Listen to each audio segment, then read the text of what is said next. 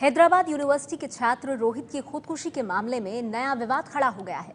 कल शिक्षा मंत्री स्मृति ईरानी ने कहा था कि दलित छात्रों पर कार्रवाई करने वाली जांच समिति के अध्यक्ष भी दलित हैं, लेकिन एबीपी न्यूज की पड़ताल ये बताती है कि वो दलित नहीं है। बड़ा प्रश्न है कि स्मृति ईरानी ने झूठ क्यों बोला, लेकिन उससे पहले देखते हैं कि इस मुद्दे पर आज राजनीति कैसे गर्म रही।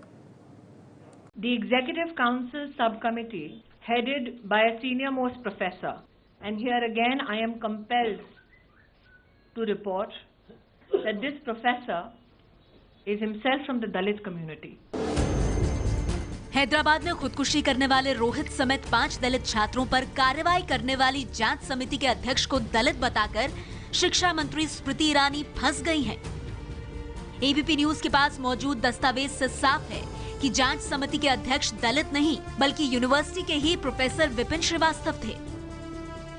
Hyderabad university SC/ST student welfare के डीन ने भी स्मृति की दलील को झुठला दिया है। Professor Vipin Srivastava, senior most professor of the School of Physics, headed that committee. So he is the chairman of the committee. However, as a sixth one, I was co-opted as the DSW, Dean Students Welfare, since I know the issue from the beginning. Congress का दावा है कि स्मृति ईरानी ने एक नहीं 3 झूठ बोले। पहला झूठ ये कि HRD मंत्रालय के दबाव पर प्रोक्टोरियल बोर्ड ने अपना फैसला बदला था, जबकि स्मृति ने कहा था कि हमने कोई दबाव नहीं डाला। दूसरा झूठ ये कि स्मृति ने कहा था कि समिति के अध्यक्ष दलित हैं, जबकि वहां के प्रोफेसर ने ही इसे गलत बता दिया। और तीसरा झूठ ये कि शिक्षा मंत्री ने कहा कि हॉस्टल के वार्डन जो खुद दलित हैं, उन्होंने निलंबित किया था, जबकि वो ये भूल गईं कि वार्डन VC के फैसले को अमल में ला रहे थे। जिस प्रकार से उन्होंने देश को झूठ बोला, दलित छात्र विरोधी मानसिकता के कारण फौरन अपने पद से बर्खास्त किया जाना चाहिए। पूरी बात कह दी गई है, स्मृति जी ने पूरा सीक्वेंस बता दिया है, लेकिन कांग्रेस समझने को तैयार ही नहीं है। वो जानती है कि किस तरह से समाज को बांटा जाए। तो चर्चा आज हम इसी मुद्दे पर कर रहे हैं कि देश की शिक्षा मंत्री स्मृति ईरानी ने झूठ क्यों बोला, क्योंकि जो जानकारियां उन्होंने इस खुदकुशी मामले को लेकर के दी, उन जानकारियों से अलग तथ्य नजर आ रहे हैं। हमारे साथ बीजेपी से राष्ट्रीय प्रवक्ता सुधांशु त्रिवेदी जी जल्द ही जुड़ेंगे, लेकिन इस बीच हमारे साथ चंद्रभान साहब मौजूद हैं और इसके साथ ही कांग्रेस पार्टी के प्रवक्ता संजय झा भी हमारे साथ इस चर्चा में, और सुधांशु जी भी हमारे साथ जुड़ गए हैं। सुधांशु जी, मेरे हाथ में ये ऑफिस ऑफ रजिस्ट्रार का वो नोटिफिकेशन है नवंबर 2015 का माफ कीजिए, जो बहुत साफ कह रहा है कि वो जो एग्जीक्यूटिव काउंसिल बनाया गया था, उसके अध्यक्ष, जांच कमेटी के जो अध्यक्ष थे, वो डॉक्टर विपिन श्रीवास्तव हैं, जो कि दलित नहीं है। सुधांशु जी, तो फिर ऐसे में सवाल ये है कि इतने संवेदनशील मामले पर शिक्षा मंत्री स्मृति ईरानी ने गलत बयानी क्यों की? देखिए, जो लोग विश्वविद्यालय की व्यवस्था और स्ट्रक्चर को समझते हैं, उन्हें यह पता है कि एग्जीक्यूटिव काउंसिल का चेयरमैन सामान्यतः कुलपति होता है, पर जो कार्रवाइयां होती हैं विश्वविद्यालय के शिक्षकों पर, वो या तो प्रोक्टोरियल बोर्ड के द्वारा होती हैं, या डीन ऑफ स्टूडेंट वेलफेयर के द्वारा होती हैं, अथवा कोई कमेटी जो कि वाइस चांसलर के द्वारा बनाई जाती है, उसके द्वारा होती हैं। तो यह सारा विषय जांच का विषय है कि किस स्तर पे कौन व्यक्ति किस समिति को हेड कर रहा था और उसके अनुसार क्या कार्रवाई हुई। दूसरा, मैं यह बात कहना चाहता हूं, जहां तक झूठ का प्रश्न कांग्रेस उठा रही है, कितना बड़ा झूठ उन्होंने ये बोला कि जब यह मामला हाई कोर्ट में अगस्त में चला गया था, जो विद्यार्थी परिषद का अध्यक्ष था उसकी मां गई थी, और आज ही विश्वविद्यालय ने हाई कोर्ट में अपनी रिपोर्ट सबमिट की है, क्योंकि हाई कोर्ट ने एक्शन टेकन रिपोर्ट मांगी थी, और वाइस चांसलर ने भी ओपनली इस बात को स्वीकार किया कि जो भी उसने निर्णय लिया वो कोर्ट के दबाव में लिया। ये राजनीतिक हस्तक्षेप कहे जा रहे हैं। इतना बड़ा झूठ ये बोल रहे हैं इस यथार्थ के विरुद्ध जाकर, तो ये बात तो इनके चरित्र को उजागर कर रही है। तीसरी बात राजनीतिक हस्तक्षेप की आती है, तो इनकी सरकार के समय से यह परंपरा है कि विश्वविद्यालय के कोर्ट में 5 मेंबर ऑफ पार्लियामेंट हैं सदस्य, 3 लोकसभा से, 2 राज्यसभा से, जो कि स्पीकर के द्वारा अपॉइंटेड होते हैं। और इनके ही member of parliament Hanumanth Rao ji ने 2014 में लिखा है कि इस विश्वविद्यालय में और हैदराबाद में 9 दलित छात्रों ने पिछले 10 साल में आत्महत्या की थी। इनकी तो केंद्र और प्रदेश दोनों में सरकार थी। बताएं इन्होंने क्या कार्रवाई की। अब स्मृति ईरानी जी ने हनुमंत राव के पत्र के भी ऊपर भी उसका फॉलोअप करते हुए लेटर्स लिखे थे। तो ये तो झूठ तो हकीकत में कांग्रेस पार्टी बोल रही है। पर सुधांशु जी, आपने मेरे सवाल का जवाब नहीं दिया। बात इन्होंने बताई मैंने नहीं। कहा कि यूनिवर्सिटी के स्मृति रूल ईरानी ने कहा था कि वो जो जांच कमेटी है, है सुधांशु जी, जो जांच कमेटी है उनके मुखिया एक दलित थे। आज तो वहां के जो दलित प्रोफेसर्स हैं, और हमारी पड़ताल भी ये बता रही है कि ये सत्य नहीं है, जो उसके मुखिया हैं वो डॉक्टर विपिन श्रीवास्तव, और ये दलित नहीं है। सत्य को पूरे परिप्रेक्ष्य में रखिए ना नेहा जी। जो मैंने 4 सत्य पूछे वो आपने बताए। मैं तो विनम्रता से कहता हूं, कांग्रेस पार्टी छोड़िए, मीडिया ने बताया कि मामला कोर्ट में है। मेरे सवाल का जवाब नहीं दिया आपने। ठीक है सुधांशु जी, मैं संजय झा से आपके सवालों के जवाब लेती हूं, लेकिन ये इतनी बड़ी जानकारी गलत कैसे हो गई कि जो अध्यक्ष दलित नहीं है उनको दलित बता दिया? वो सवाल तो वहीं का वहीं रह गया। लेकिन संजय झा आरोप लगा रहे हैं 3-4 स्तर हैं, आप एक स्तर की बात कर रहे हैं, वहां दूसरे स्तर की बात होगी। संजय झा, सुधांशु जी जो सवाल उठा रहे हैं कि राजनीतिक हस्तक्षेप आप लोग कर रहे हैं, झूठ दरअसल आप बोल रहे हैं, और उसके संदर्भ में कुछ बातें रखी सुधांशु त्रिवेदी ने, कैसे जवाब देंगे?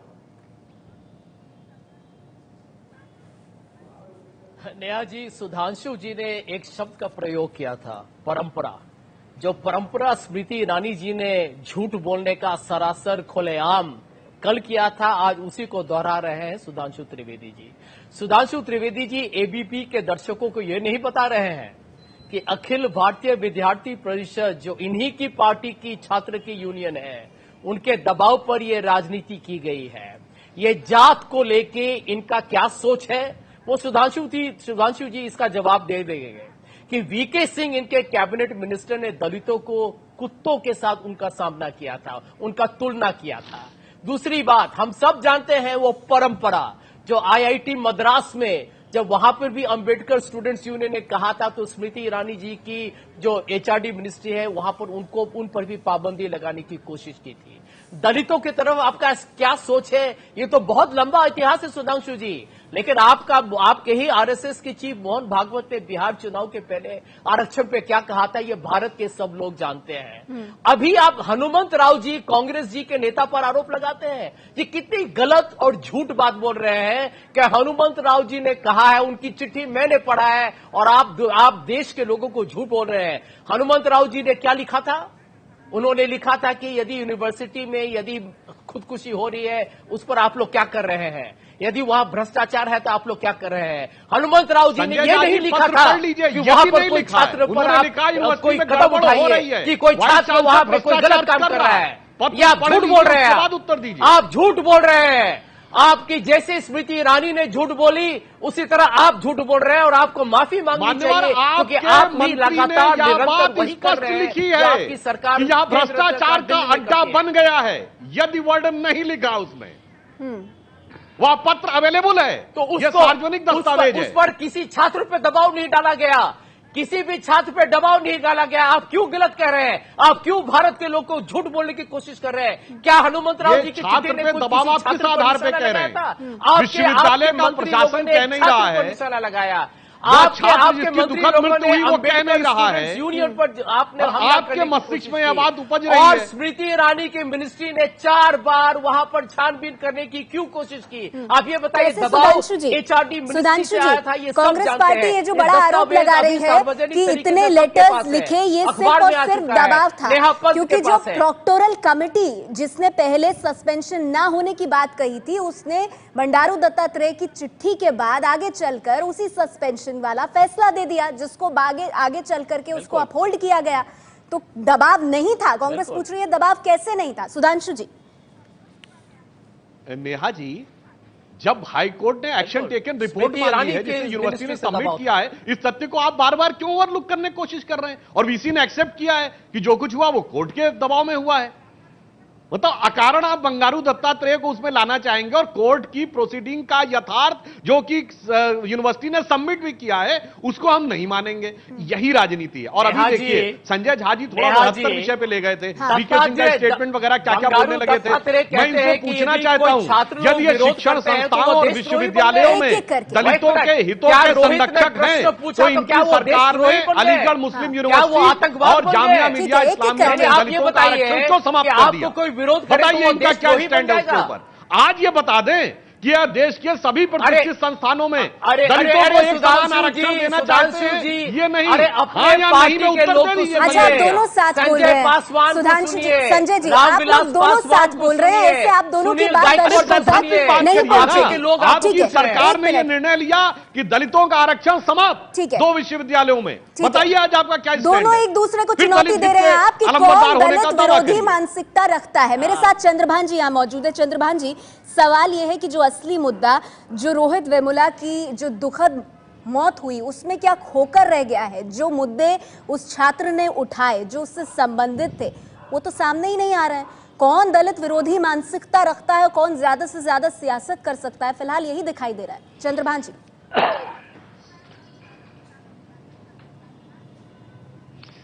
देखिए, मैंने जो भी पढ़ाई लिखाई की है, मैं जितना भी देश दुनिया घूमा हूं, उससे मुझे यही मालूम होता है कि दुनिया के किसी भी देश में किसी भी नागरिक के विरुद्ध सबसे बड़ा कोई अपराध अगर है तो उसको देशद्रोही डिक्लेयर करना। मैं सवाल कई दिन से पूछ रहा हूं कि ये दत्तात्रेय साहब ने जो कहा कि this university has become a Dane of casteism, extremist and anti nationals, इसको किसी को एंटी नेशनल देशद्रोही डिक्लेयर करने का एक प्रोसेस होता है और उस प्रोसेस के बाद ही किसी एरिया को, किसी व्यक्ति को, किसी व्यक्ति समूह को देशद्रोही आप डिक्लेयर कर सकते हैं। और ये क्या बात करते हैं मंत्री महोदय कि दलित ये यहां जातिवादी हो गया। इसके बाद अंबेडकर स्टूडेंट्स एसोसिएशन का नाम लिखते हैं 3rd लाइन में। मैं जानना चाहता हूं भारतीय समाज से, कोई अछूत क्या जातिवादी बनेगा जिसको अलग मंदिर में घुसने नहीं दे गया, जिसको अलग बिठा के खाना खिलाया गया, जिसको अलग बर्तन में चाय पिलाई गई, वह जातिवादी कैसे हो सकता है? क्या बीजेपी के सारे लोग मानसिक रूप से अपंग हो गए हैं इस बात को एक्सप्लेन करने के लिए कि अछूत कैसे जातिवादी बनेगा? और वह देशद्रोही हुआ तो कौन सा प्रोसेस फॉलो किया गया, कौन सी जांच हुई, कौन सी इंक्वायरी चली, कौन सा मुकदमा चला, जिससे यह साबित हो गया चंद्रभान जी, लोग देशद्रोही हैं। सुधांशु जी जवाब देंगे इसका। जी सुधांशु जी, देखिए चंद्रभान जी ने एक बहुत अच्छी बात कही कि एक प्रोसेस होती है, एक प्रक्रिया होती है जिसके द्वारा आप किसी के ऊपर कोई आरोप लगा सकते हैं। यही बात मैं कह रहा हूं, प्रक्रिया को मानते नहीं। बताइए, याकूब मेनन देश की सर्वोच्च न्यायालय के द्वारा घोषित देशद्रोही अपराधी था। यह एक प्रक्रिया के द्वारा स्थापित सत्य है। और यदि कोई व्यक्ति किसी भी कारण से डायरेक्ट या इनडायरेक्ट उसका समर्थन कर रहा है तो चंद्रभान जी विद्वान व्यक्ति हैं, मुझे बता दें कि वह एंटी नेशनल नहीं कहा जाएगा तो क्या नेशनल कहा जाएगा? दूसरी बात, मैं ये जानना चाहता हूं कि याकूब मेनन जैसे आतंकवादी के नमाजे जनाजा में जाना दलित हित की बात कहां से है? ये दलित सरोकार का विषय कहां से बोल सकते हैं? देखिए, इसीलिए उन बच्चों की भावनाओं का दोहन करके एक विशेष भीमराव अम्बेडकर भगवान बुद्ध जो पूरी दुनिया में अहिंसा के प्रतीक है, उनका अनुयायी कभी किसी आतंकवादी आपने जो कहा चंद्रभान जी उस पर कुछ कहना चाहते हैं और चंद्रभान जी दोनों से उत्तर चाहिए। ठीक है, चंद्रभान जी इसमें वाकई में इंटरवीन करना चाहते हैं। जी चंद्रभान जी, आपको मिला, आप जो सवाल पूछा था, हाँ आपको मिला उसका जवाब? हाँ तो मान लिया कि याकूब मेनन एंटी नेशनल है, सुप्रीम कोर्ट ने भी मान लिया, सभी लोगों ने मान लिया, तो क्या याकूब मेनन की फांसी का विरोध करने मात्र से कोई व्यक्तियों का समूह देशद्रोही हो गया? क्या कानून का की यही बात है? खास तौर पर जब दत्तात्रेय साहब he is holding A position under oath संविधान की कसम खा करके वो पद पर बैठे हैं, तो क्या याकूब मेनन के फांसी का विरोध करने से कोई देशद्रोही हो गया संविधान के हिसाब से? ये जरा बताएं तो। बिल्कुल। और सुधांशु जी एक सवाल और, फांसी का विरोध नहीं, हर अखबार में ओपेक छपे, विद्वान हर अखबार में, ठीक है, प्रमाण हर अखबार में। ठीक है चंद्रभान जी, आपने अपनी बात रखी, नहीं लेकिन और सुधांशु जी आती हूँ संजय जी, एक मिनट का नमाज जनाजा दलित सरोकार कहां से हो गया? नहीं ठीक है सुधांशु जी, लेकिन वो तो मुद्दा है ही नहीं। सुधांशु जी देखिए, वो तो मुद्दा है ही नहीं ना याकूब मेमन वाला, जो चीज कोर्ट में पहुंची। हाँ बोलिए चंद्रभान जी, बोलिए, एक लाइन बोलिए। आश्चर्य की बात है, आप एंटी नेशनल शब्द का हमसे व्याख्यान पूछेंगे, हम उसका तथ्यात्मक उत्तर देंगे तो आप कहेंगे मुद्दा नहीं, एंटी नेशनल को मत मुद्दा बनाइए, आइए दलित के मुद्दे पे बात करिए। नहीं, मेरा सवाल कुछ और था सुधांशु जी। मेरा सवाल ये था, आप कह रहे थे मामला हाईकोर्ट में, मैं उससे संबंधित आपको ये कह रही थी कि याकूब मेमन एंटी नेशनल और फांसी उसको दी, उस मुद्दे से ज्यादा जो हाईकोर्ट में बात पहुंची थी वो था एबीवीपी का जो अध्यक्ष है सुशील कुमार, पिटाई का मामला, और वहां पर बुरी तरह से गिरते हुए नजर आ रहे हैं मंत्री साहब। हाँ तो कोर्ट में देखिए ना, तो अलग है। नहीं सर, तो कोर्ट में क्या बात यह कि मीडिया ने भी नहीं बताया कि मामला कोर्ट में। सुधांशु जी तो मैं कह तो सरकार का हस्तक्षेप, सरकार का हस्तक्षेप बोलते रहे, और वाइस चांसलर कह रहा है कि कोर्ट के हस्तक्षेप से हुआ। ठीक है, तो सुधांशु जी आप सुनने को तैयार, ना कांग्रेस सुनने को तैयार। मैं सुन रही हूँ और मैं यही आपसे कहना चाहती हूँ सुधांशु जी कि हाईकोर्ट में ही जो साइबराबाद पुलिस है और जो हैदराबाद का विश्वविद्यालय है, उनके रजिस्ट्रार दोनों ने सुधांशु जी ये कहा है कि एबीवीपी का वो जो अध्यक्ष है जो पिटाई की बात कर रहा है वो एग्जैजरेट कर रहा है, वो सिंपैथी लेने की कोशिश कर रहा है। मैं आपको बताऊं, साइबराबाद के जो पुलिस कमिश्नर है सीवी आनंद, उन्होंने अभी ये बात कही है कि जो नेचर है, वो जो छात्र हैं, जो अध्यक्ष हैं, उनकी चोटों का जो नेचर है वो बड़ा सिंपल है। आपको नहीं लगता ये अपने आप में बहुत बड़ी चीज है? पुलिस का ये कहना, यूनिवर्सिटी के रजिस्ट्रार का कोर्ट में ही इस बात को सबमिट करना है। पहली बात तो यह है कि निष्कर्ष आ गया क्या? यदि आप इस प्रकार की रिपोर्ट पे बात करें तो रिपोर्ट तो यह भी आ रही है कि वो छात्र दलित था या नहीं, क्योंकि उसके सगे भाई का ओबीसी सर्टिफिकेट है। तो इसलिए इन सारी बातों की जांच हो जाने दीजिए। जज बनने का प्रयास ना हम करें ना आप करें, क्योंकि अगर आप फिर झूठ बोल रहे हैं, आप कास्ट सर्टिफिकेट को लेकर झूठ बोल रहे हैं, उसके भाई का ये विषय दलित का है भी या नहीं है। झूठ बोल रहे हैं, आप झूठ बोल रहे हैं। क्यों, आपको ऐसा क्यों लग रहा है चंद्रभान जी? उसके भाई ने ओबीसी सर्टिफिकेट नहीं लिया चंद्रभान जी, बताइए। देखिए, सगे भाई, दो सगे भाइयों की जात अलग अलग हो सकती है। 15 सेकंड बोलिए सर, बोलिए चंद्रभान जी। हाँ।